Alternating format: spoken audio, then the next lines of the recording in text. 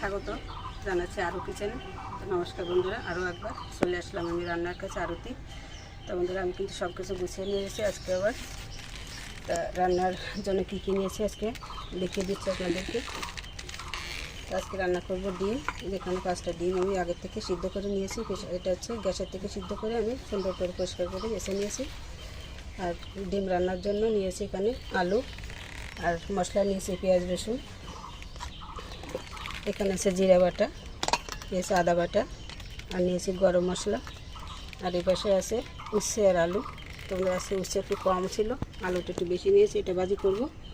আর এই যে পাশে চাল দিয়ে রেখেছি, আর চুলাও কিন্তু আমি জ্বালিয়ে দিয়েছি। দেখুন কড়াইতে তেল দিয়েছি, তেল গরম হয়ে গেছে। তো আমি একটু ডিমগুলোকে আগে একটু হলুদ লবণ মেখে নেব। দিয়ে দিচ্ছি সামান্য একটু লবণ, হলুদ একটু হালকা, সামান্য একটু লঙ্কার গুঁড়ো। আমি ভালো করে লবণ হলুদ দিয়ে দেবো, মেখে নিচ্ছি। একটু ঘুরিয়ে নিচ্ছি, মাখা হয়ে যাচ্ছে কিন্তু। নিলাম তেলের উপরে সামান্য একটু হলুদ দিয়ে দিচ্ছি। কিন্তু মশলা বা মাছ ডিম যাই কিছু দেওয়া হয় না কেন একটু কম ছোটে। ডিমটা ভাজতে গেলে কিন্তু অনেকটা ফুটে আসে গায়ে। এখন দিয়ে দিচ্ছি ডিমগুলো আর তেলের উপর হলুদটা দিয়ে দিলে কিন্তু একটু কম লাগে গায়ে এসে। লবণ দিলেও অনেক সময় কাজ হয়। এখন আমি তুলে নেব। তেলও কিন্তু গায়ে লাগেনি, এই জন্য কিন্তু হলুদটা দিয়ে দিয়েছি তেলের উপর। আর আপনারা এই টিপসটা কিন্তু ফলো করতে পারেন। তেলের উপর হলুদ দিলে, লবণ দিলে কিছুটা কিন্তু কাজ হয়। আমি ডিম ভাজা তেলের ভিতরে আলুগুলো এখন ভেজে নেব, দিয়ে দিচ্ছি। সামান্য একটু হলুদ দিয়ে দিচ্ছি। আলুগুলো একটু লালচে করে ভেজে নেব। ডিম আর আলুতে যে ভালো করে ভেজে তুলে নিলাম। আমি কড়াইতে কিন্তু আবার তেল দিয়েছি, তেল তো গরম হয়ে গেছে, দিয়ে দেবো। এই জন্য আগে থেকে কিন্তু একটু হলুদ দিয়ে দিচ্ছি। আবার যেহেতু মশলা কষাবো, মশলাতে প্রচুর পরিমাণে তেল ছুটে যায়। শুকনো লঙ্কা, তেজপাতা, দিচ্ছি গোটা জিরা। ফোড়ন থেকে কিন্তু সুন্দর একটা সুগন্ধ ছেড়েছে। এখন দিয়ে দিচ্ছি পেঁয়াজ রসুন, 1 চামচের মতো দিয়ে দিলাম রসুন বাটা, 1 চামচ দিলাম পেঁয়াজ বাটা।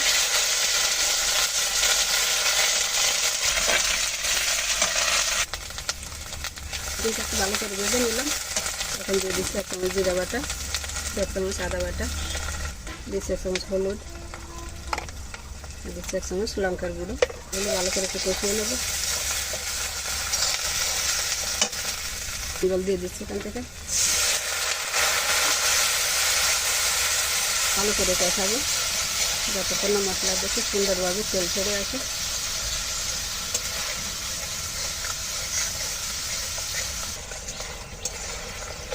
মশলাটা যত ধীরে ধীরে কষানো যাবে, একটু সময় নিয়ে, রান্নার স্বাদটাও কিন্তু ততটাই বৃদ্ধি পাবে। মশলা কষানোর উপরে কিন্তু রান্নার স্বাদ নির্ভর করবে।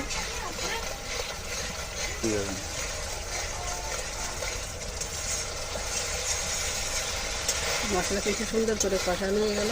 কথা বলতে বলতে মশলা থেকে তেলও ছেড়ে দিয়েছি। এখন ডিম আর আলু দিয়ে দেবো একসাথে। ডিম দিয়ে আবার সুন্দর করে কষাতে থাকবে।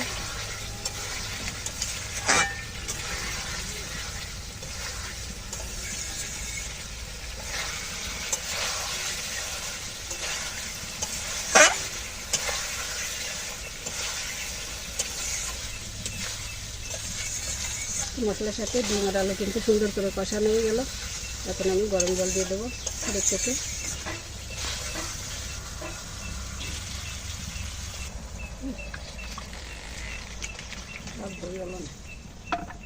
এখন গরম জল দেওয়ার সাথে সাথে কিন্তু তরকারি থেকে আলু উঠে গেল। এখন দিয়ে দিচ্ছি লবণ পরিমাণ মতন।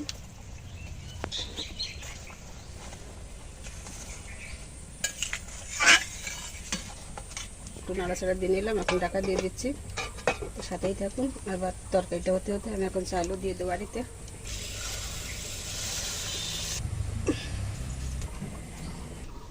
রান্নার বাজে বন্ধুরা, আমরা কিন্তু খেজুর নিয়েছি। দেখলাম খেজুরগুলো আমি ভালো করে দিয়ে নিলাম।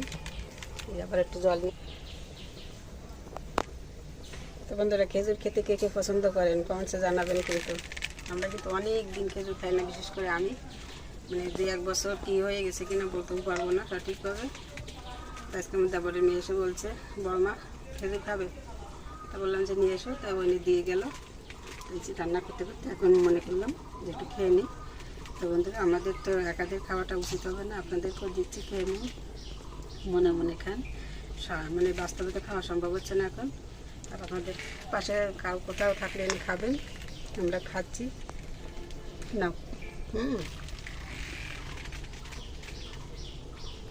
স্মৃতি অনেকটাই মনে পড়ে যায়। স্কুল থেকে দৌড়ে এসে আগে আমাদের বাড়ি গাছ ছিল, চলে যেতাম খেজুর তলায়, গেল এখন দারুণ।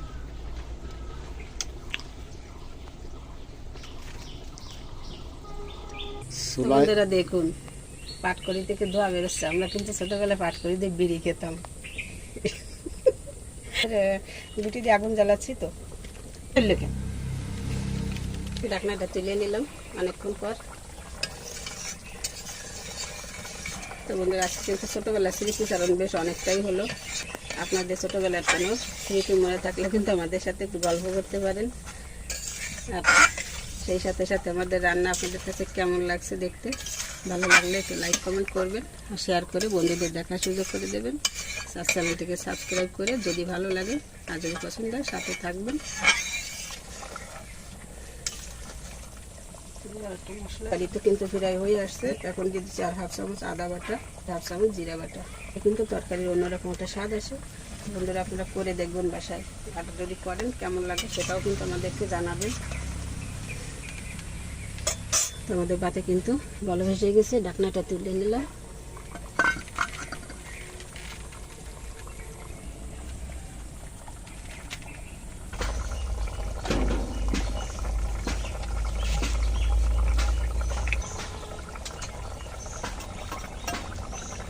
কিন্তু ফ্রাই হয়ে গেছে।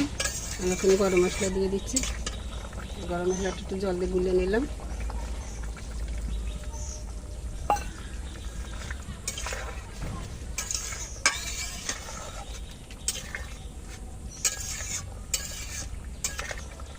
সবশেষে দিয়ে দিয়েছি বাজার একটু জিরার গুঁড়া, 1/2 চামচের মতো দিলাম। আমি নামিয়ে নেব তরকারি।